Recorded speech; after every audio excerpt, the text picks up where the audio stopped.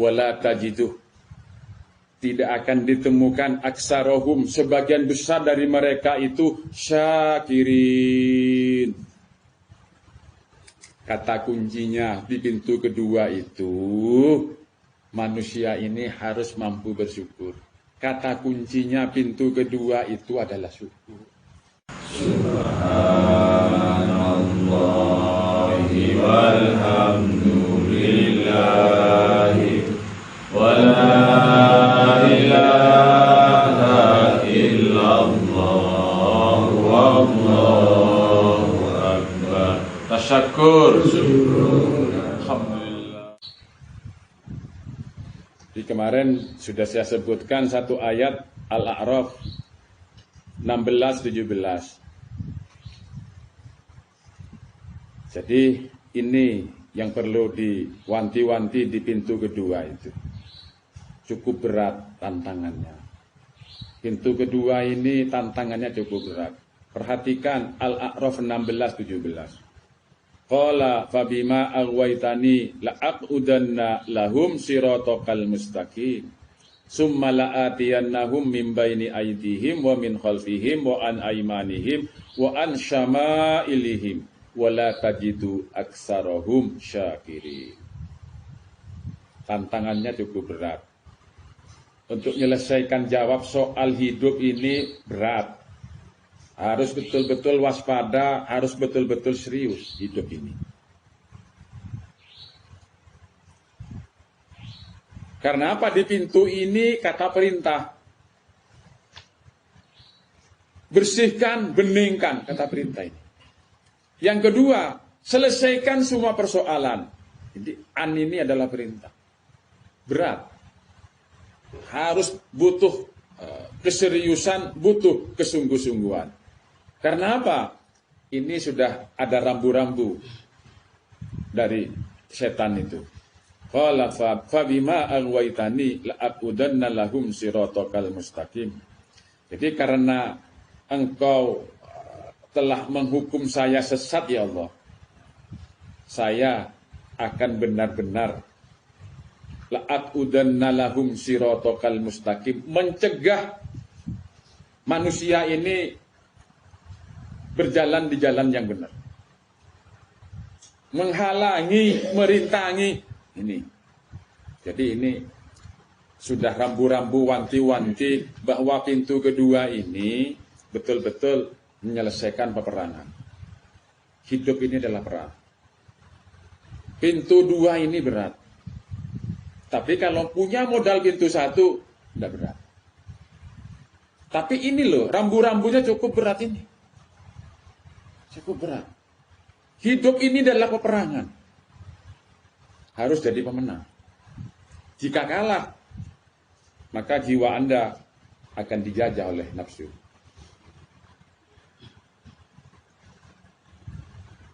Kalau kalah peperangan, maka akan jadi jajahan. Berat. Nafsu ini adalah hewan. Nafsu ini adalah binatang yang sebetulnya jadi tunggangan daripada jiwa. Loh, untuk berhasil menunggang nafsu ini sulit. Perlu latihan, perlu ketelitian, perlu kecermatan. Jika Anda bisa berisiko. Kalau gagal bisa jadi jiwa ini seperti manusia, nafsu itu adalah kuda.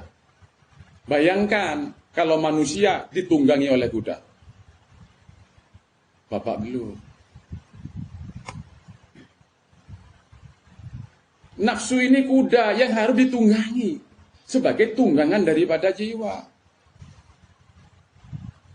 Bayangkan kalau mobil nunggangi orangnya. Mobil ini untuk ditunggangi. Kalau kebalik, gitu. Ayat 17-nya jelas. Summa la'atiyannahum min baini aydihim wa min khalfihim wa an aymanihim wa an syama'ilihim Wala tajidu aksarahum syakirin. Setan itu mendatangi manusia ini dari depan. Summa la'atiyannahum min baini aydihim wa min khalfihim wa an aymanihim wa an syama'ilihim. Ketat. Jangan main-main. Pintu 2 ini betul-betul sungguh-sungguh serius, waspada, teliti, hati-hati, miring sedikit. Itu makanannya setan. Tidak boleh miring. Betul-betul fitrah.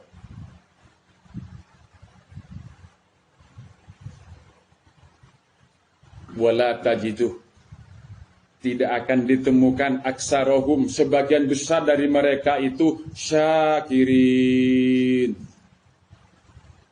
Kata kuncinya di pintu kedua itu, manusia ini harus mampu bersyukur.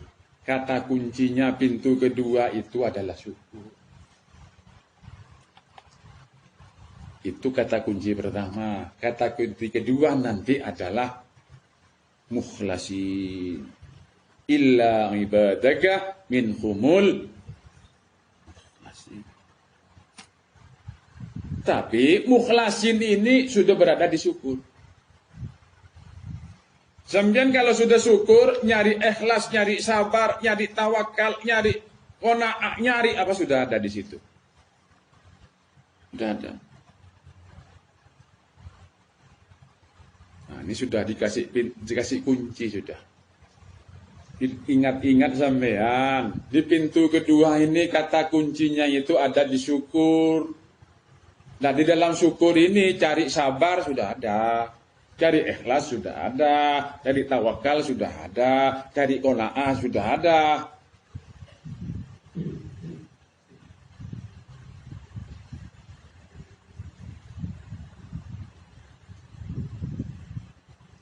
Kalau mampu bersyukur selesai sebetulnya. Kadar itu berat. 1, 2 ini kalau lolos, pintu 3-nya sudah ringan.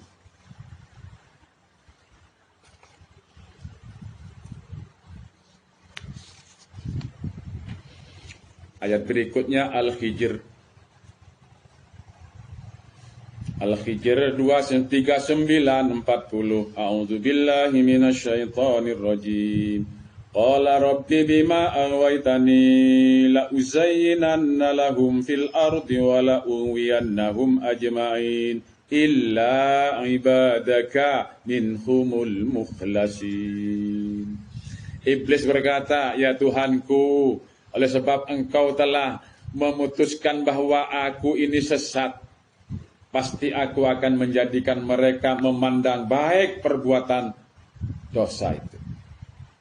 Memandang baik dan menarik urusan dunia ini. Dan pasti aku akan menyesatkan mereka semua. Katanya iblis. Ayat 40-nya, illa ibadaka minhumul mukhlasin, yang tidak bisa disesatkan. Iblis takluk itu kepada hamba Allah yang mukhlis. Mukhlis ini sudah berada di syukur di ayat tadi itu. Akan disesatkan semua katanya iblis, kecuali illa ibadaka minhumul mukhlasin. Takluk ini. Syaratnya bersihkan, beningkan. Syaratnya bersihkan, beningkan. Hatinya bersih, ada penyakit, jiwanya beningkan. Tidak ada sedikit pun itu kemusyrikan. Hanyalah kepada Allah.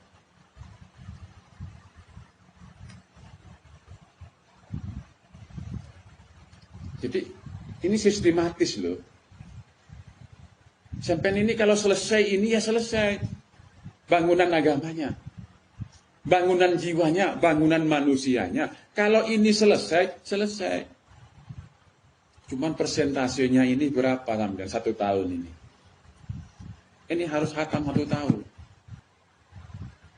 langsung dapat ijazah. MBD titelnya. Itu. Sama dengan doktor itu. MBD. Apa MBD? Mampu berdoa. Itu paling bawah. Paling bawah 1 tahun ini. Paling bawah.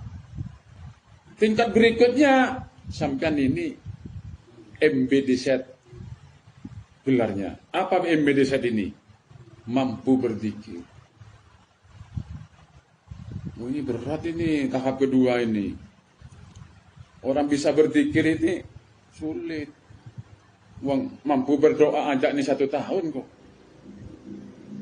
Sekarang kan rata-rata itu baca doa. Semua orang-orang itu baca zikir, bukan berzikir.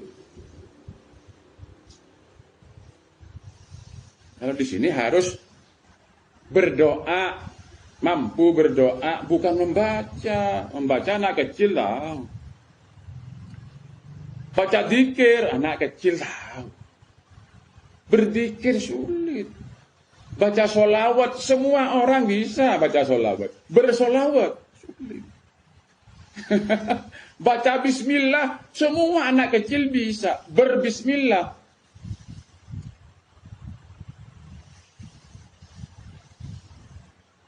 Kok gampangnya sih. Baca bismillah diartikan. Ya, anak kecil langsung tahu itu. Berbismillah sulit. Itu. Jadi di sini kalau diberi PR jasa itu amalkan ya bismillah sekali, jadikan sehari semalam. Gitu. Enggak usah 100. Tuh. Bismillah 1 kali, jadikan sehari semalam. Kalau kiai-kiai itu kan di sini kan bukan kiai, jadi enggak, kadang-kadang 300, 500 gitu loh, 313. Enggak, kalau di sini 1 kali. Bismillah 1 kali, jadikan sehari semalam.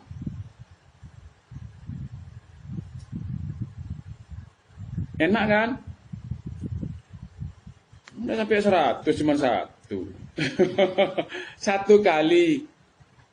Cuman jadikan sehari semalam.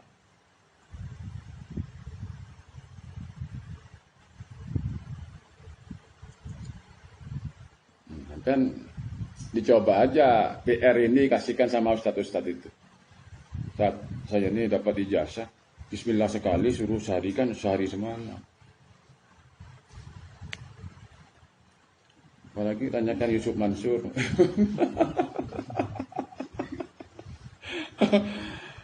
Itu. Iya. Di sini memang beda. Bahasannya itu saya tidak bahas persoalan yang mutasabbihat itu. Sholat pun saya tidak bahas fikihnya, soal fikih syariat. Yang saya bahas itu fikih hakikat. Fikih syariat itu najis ini dirinsu, disabun, kan begitu. Itu kalau fikih hakikat itu najis di dalam itu. Najis di dalam. Itu. Kalau najis enggak usah belajar di sini, sudah itu di pondok banyak itu. Sampai ke Mesir itu banyak. Tapi yang ngajarin fikih hakikat, membersihkan, mensucikan yang di dalam ini sulit. Tidak bisa, tidak diterima oleh Allah kalau najis. Itu tidak bisa. Sampai dainya hitam, pancet marahan. Ya apa? Di mana sholatnya? Tidak diterima.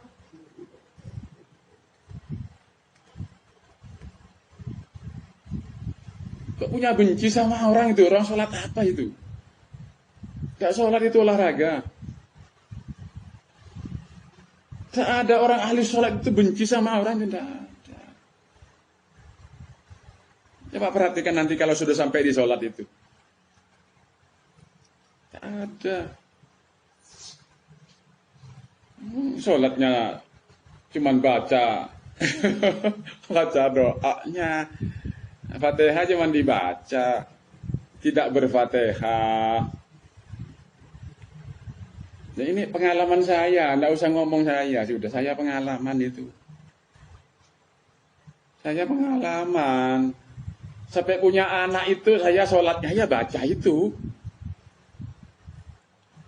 Akhirnya nggak nemukan apa-apa. Akhirnya cari, kok ketemu. Akhirnya, wah ini kasihan orang-orang. Gitu. Sama dengan saya dulu itu yang saya membingungkan itu loh. Apa? Akhirnya saya nulis. Tuh. Jadi sudah jadi. Ini tinggal terbit saja ini. Gramedia nanti. Yang mencetak Gramedia. Thariqah Sholat. Yang satu lagi sudah jadi Tarekat Tahlil. Yang satu lagi sudah jadi Hakikat Haji. Hakikatnya yang saya bahas. Haji hakikatnya yang saya bahas. Semua orang itu salah paham dengan haji. Ke Makkah itu wisuda. Itu haji kecil. Ke Makkah itu wisuda. Kalau baca buku saya baru melek. Ke Makkah itu umroh haji itu wisuda itu. Anak kecil itu di wisuda itu. Padahal tidak pernah sekolah, tidak pernah ujian, tidak pernah lulus kok di wisuda karena punya uang. Wisuda itu sehari semalam kalau saya haji itu. Karena saya keluar dari kloter. Sehari semalam selesai saya. Rukun haji semua itu. Jelas selesai. Jadi wisuda saya itu kalau haji itu sehari semalam selesai. Yang lain tinggal wajib hajinya dengan sunnahnya. Rukun hajinya selesai saya. Wisuda. Orang nggak lulus di wisuda, kira-kira dapat ijazah nggak?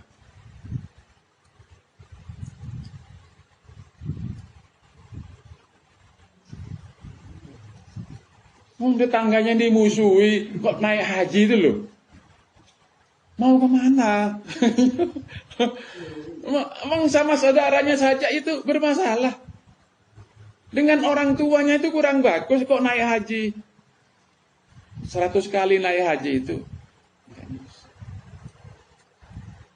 Di wisuda tapi tidak dapat ijazah. Tapi walaupun di sini kalau berhaji dapat ijazah walaupun tidak ikut wisuda. Saya S1, S2 itu tidak ikut wisuda. Tapi bayar saya. Dikasih pakaian tak lempar aja buang. Saya bukan anak kecil kok dia mau di wisuda itu loh. Buat apa? Yang penting ijazahnya, yang penting ilmunya. Bukan wisudanya. Jadi di sini ini harus berhaji. Nanti soal wisuda tidak ada urusan. Yang penting hajinya lulus. Kalau lulus, laisa lahu jazaun. Ijazahnya al-jannah. Ijazahnya itu jannah, surga. Semua di sini itu tidak bisa, tidak haji. Berhaji, karena rukun Islam itu 5. Kalau rukun 1 tidak dipenuhi, ya tidak sah Islamnya. Nah, orang yang ke Makkah itu tidak diajarin soal hajinya, yang diajarin tata cara, upacara, manasik. Semua itu se-Indonesia itu kiai-kiai ngajarin manasik, bukan ngajari berhaji. Manasik tata cara ulah apa itu upacaranya. Hormat bendera, gerek bendera, balik kanan, balik kiri. Cuman itu yang tidak ada ajaran. Kenapa kok Sofa Marwah? Tidak ada, tidak tahu. Sofa Marwah itu di sini. Sa'i itu di sini. Yang pegawai, sofa rumah, marwah kantor, sofa marwah. Kan begitu. Tanggal 1, tanda tangan, jam-jamnya keluar. Kalau enggak sa'i, enggak bisa keluar jam-jam itu. Yang petani, ya di rumah sofa marwah, ke Tegal itu sofa marwah. 3 bulan panen jam-jamnya. Di nawaitunya ke Tegal itu ibadah. Tahallul. Cuman gunting rambut. Loh, kalau gunting rambut kok mahal-mahal sudah di sini kan 15.000. Kok tahallul gunting rambut? Ayo tanyakan, saya ingin tahu itu. Ustadz Abdul Somad, tahallul itu apa? Ini gunting rambut. As-Sad di 82-83 sama. Qala fa bi izzatika la ughwiyannahum ajma'in illa ibadaka minhumul mukhlasin. Iblis menjawab, demi kekuasaan engkau, aku akan menyesatkan mereka semua. Jadi iblis itu menggunakan kekuasaan Allah. Iblis tidak punya kekuasaan. Tidak punya. Iblis itu makhluk. Semuanya kekuasaan Allah. Nah. Jadi hanya 2 kata kunci di pintu kedua ini. Syukur, mukhlasin, ikhlas. Syukur sebetulnya sudah lebih lengkap di dalamnya. Ada sabar, ada ikhlas, ada tawakal, ada qanaah. Perhatikan pintu 2 berat.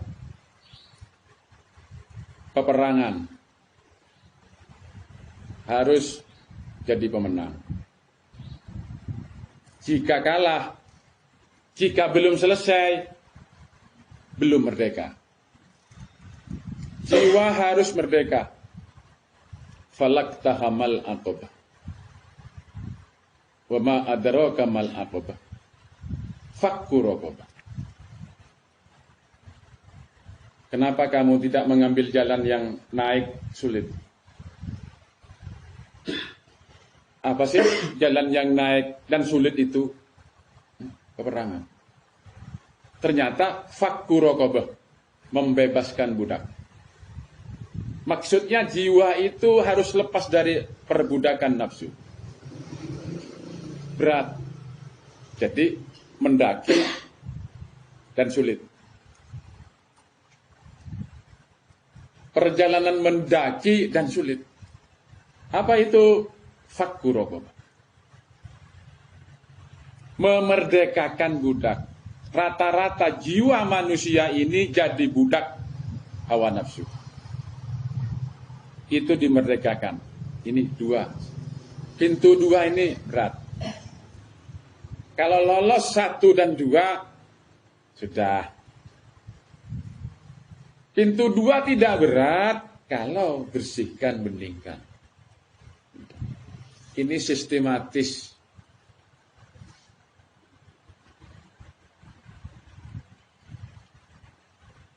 Kalau selesai, bangunan agamanya selesai. Di sini tidak mengajarkan material-material. Langsung bangun fondasi. Habis fondasi apa? Terus jadilah bangunan. Di pondok-pondok itu diajarin material-material. Batu, macamnya batu ini. Kerikil, macamnya begini-begini. Ukurannya begini-begini. Itu. Bata, dihafal. Ditumpuk. Nggak dibangun-bangun. Di sini nggak perlu cerita masalah material itu. Ini loh batu karang. Ini untuk fondasi. Ayo dipasang. Itu langsung. Akhirnya nanti selesai bangunan agamanya itu. Bangunan agama dihafal. Tidak selesai-selesai bangunannya. Akhirnya hidupnya ruwet, ribut. Karena tidak selesai. Agama ini bangunan.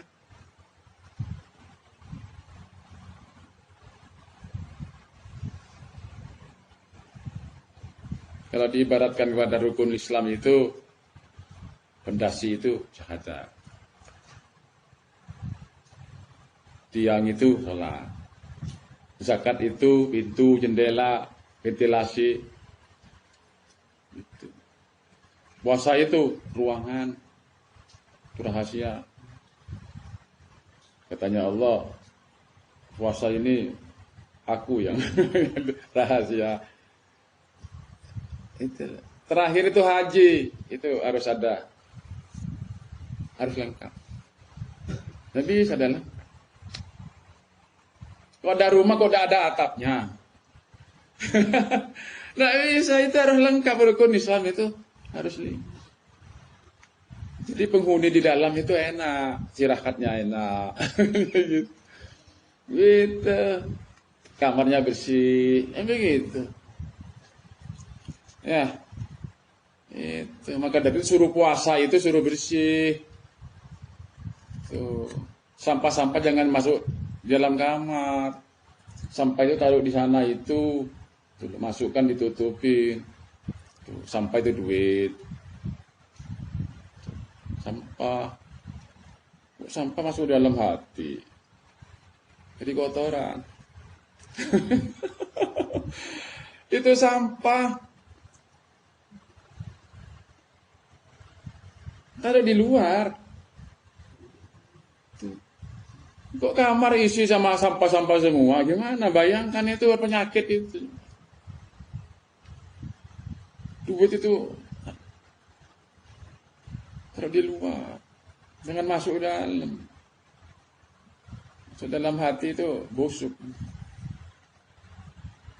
Punya mobil itu. Sering nggak ingat gitu loh, itu taruh di luar. Mobil hilang, itu nggak terasa. Mau sampah diambil orang kan begitu. Alhamdulillah itu. Saya pernah sepeda motor itu hilang itu, langsung saya selamatan jemaah. Apa ini? Selamatnya sepeda hilang hanya.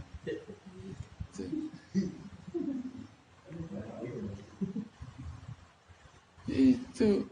Loh, kalau taruh di dalam, itu berat itu. Berat. 2 hari, 3 hari mikir-mikir lengger-lengger. Kan ya, emannya ya. Itu. Iya. Kenapa? Ditaruh di dalam kamar itu, sampah itu. Jadi penyakit. Saya pernah naruh sapi itu di Gili Timur itu. Jam 3 ditelepon saya tidur itu. Aduh, tua, sapinya diambil maling. Nggak usah dicari, tidur aja kamu sudah. Daripada nanti masalah dengan maling gitu. Alhamdulillah itu kamu biar ngaritnya ada anu ya gitu sih. Titipan Allah saja itu kok ribut. Saya ini praktek, bukan omong kosong, praktek. Saya pernah nitip saja itu uang sekian, ya besar lah 1 M. Tapi 1.000 pun tidak balik, ya sudah. Itu mobil saya pernah kijang dulu, pinjamkan ke orang itu, diambil tidak boleh, ya sudah jangan. Sudah. Kenapa? Tidak taruh di dalam. Iya. Taruh di luar. Itu loh, itu sampah gue ya ada harus tempat sampah itu. Diambil orang, aduh alhamdulillah kamu tidak ngeruwetin itu loh. Saya punya perahu itu tidak pernah ingat itu.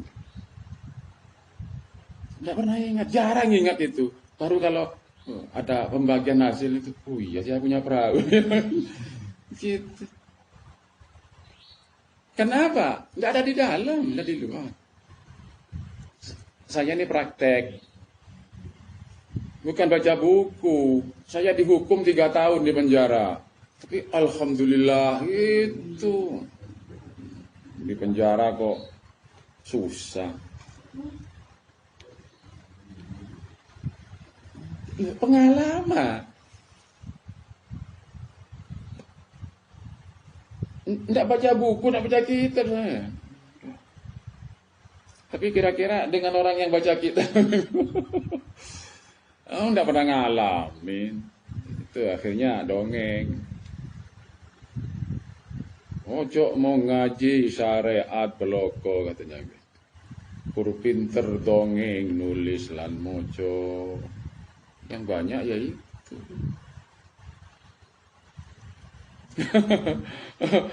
Kalau orang syariat saja ilmunya itu akhirnya pinter dongeng nulis dan mojo. Dongeng di TV. Ah, ya Allah, ini sudah zaman. Maka dari itu di sini tidak bisa banyak, tidak perlu banyak, tidak bisa. Ilmu begini itu banyak. Karena ilmu ini ilmunya para wali. Itu boleh belajar ilmunya Nabi pun boleh, harus. Tapi jangan mengaku Nabi, tidak ada. Tapi boleh, harus. Ilmunya para wali boleh dipelajari, diamalkan boleh, tapi jangan jadi wali. Ilmu wali itu ilmu rahasia. Tapi di sini saya buka. Nggak ada di umum. Nggak ada. Kalau dulu nggak boleh dibuka ilmu begini. Zamannya Wali Songo, Siti Jenar itu diadili karena membuka ilmu rahasia. Kalau sekarang harus dibuka. Harus. Tuh. Karena apa? Karena sudah semuanya pakaiannya lengkap. Kalau dulu itu belum. Tuh. Yang di sini sendirian harus berjemaah. Gitu. Wah, ini kalau dulu dilarang itu dengan Sunan Ampel. Oh jangan, nanti tidak bangun masjid orang. Gitu. Oh iya, belum waktunya. Nah, sekarang harus, masjid sudah banyak. Yang jemaah sebanyak itu, tapi berbaris, bukan berjemaah. Itu, maka harus dibuka ilmu ini. Sendirian itu berjemaah. Ini ilmu rahasia ini. Tidak ada di kitab, sampai nyari Mesir sampean tidak ketemu. Ayo, kitab apa yang menyebutkan sendirian bisa berjemaah? Ada. Lu kok bisa ada? Iya, bikin sendiri saya. Kok repot. Sendirian itu bisa berjemaah. Tapi ini ranah hakikat. Ranah syariat tidak bisa sendirian itu berjemaah. Harus ada 2 orang jadi imam, jadi makmum. Kalau di hakikat sendirian bisa, tapi ranah hakikat. Syariat dan hakikat ini 2 lautan. Hukumnya berbeda. Marojal bakhraini yaltaqiyan. 2 lautan mengalir, tapi ketemu. Lautan syariat, lautan hakikat. Ketemu. Bainahuma, keduanya barzaghun la yabghiyan, ada pemisah, tidak bisa campur aduk. Syariat punya hukum sendiri, hakikat punya hukum. Nabi Musa bawa ikan yang sudah dibakar gosong untuk sangu untuk nyari Nabi Khidir. Setelah sampai di pertemuan 2 lautan ini, ikan yang sudah gosong ini ngeloncat, berenang. Sam'on, loh kok aneh ini? Di ranah syariat, hukum syariat, kalau ikan itu dibakar harus gosong mati. Ranah syariat. Kalau di hakikat, yang sudah gosong itu meloncat, di ranah hakikat. Sendiri-sendiri. Nabi Khidir itu di ranah hakikat. Nabi Musa karena Rasul, tak boleh niru Nabi Khidir. Ya apa? Kalau Nabi Musa niru Nabi Khidir, perahunya orang dibolongin. Itu tak ditiru sama umatnya nanti. Rusak. Nabi Musa tidak boleh berperilaku seperti Nabi Khidir. Nabi Khidir ini cuma nabi, bukan rasul, tidak punya umat. Keduanya sama-sama benar. Kalau Nabi Musa ngikutin perilakunya Nabi Khidir, dipecat oleh kerasulannya. Musa, kamu ini rasul. Gitu. Kadang-kadang orang tidak ngerti. Dua lautan ini ketemu. Tapi bainahuma barzakhun la yabghiyan. Ada pemisah yang tidak bisa dicampur aduk. Jadi hakikat sendirian itu bisa berjemaah. Tapi jangan ditinjau dari sudut syariat.